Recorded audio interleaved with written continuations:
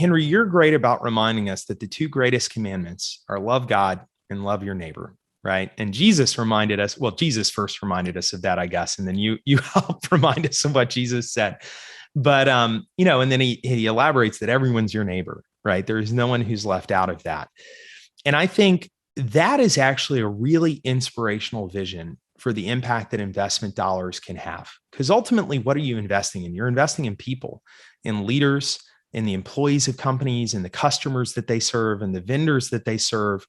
And I think we live in an environment now where too often those relationships are transactional or they're not founded on any sort of values or morals.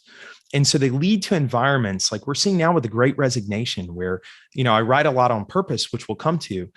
Some surveys indicate that only around 15% of people, 15% of people globally are engaged in their work. And that's because companies and employees haven't charted a mission or a culture that they feel is compelling, that's bigger than them. I think as Christian investors, the message of the gospel is good news. It's good news.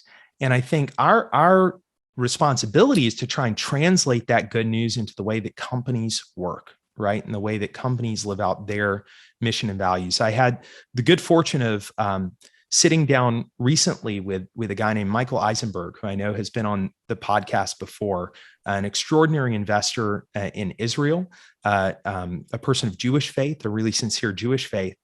And, he was postulating that capitalism, which I think we all believe in here, really was difficult to have exist in a flourishing way outside of the context of a deeply value-centered society. And some might even say something like a Judeo-Christian society, although there are other sources of values, that those values really anchor a society so that capitalism can flourish within it.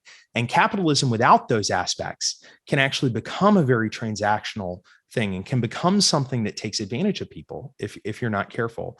And I think what we would hope to chart is a philosophy of investing at Sovereigns, whether through public markets or fund of funds investing or private equity or venture, where we can partner with founders who are sincere in their faith and companies that are sincere in their faith to create better environments for employees and companies that chart a bigger vision for the world.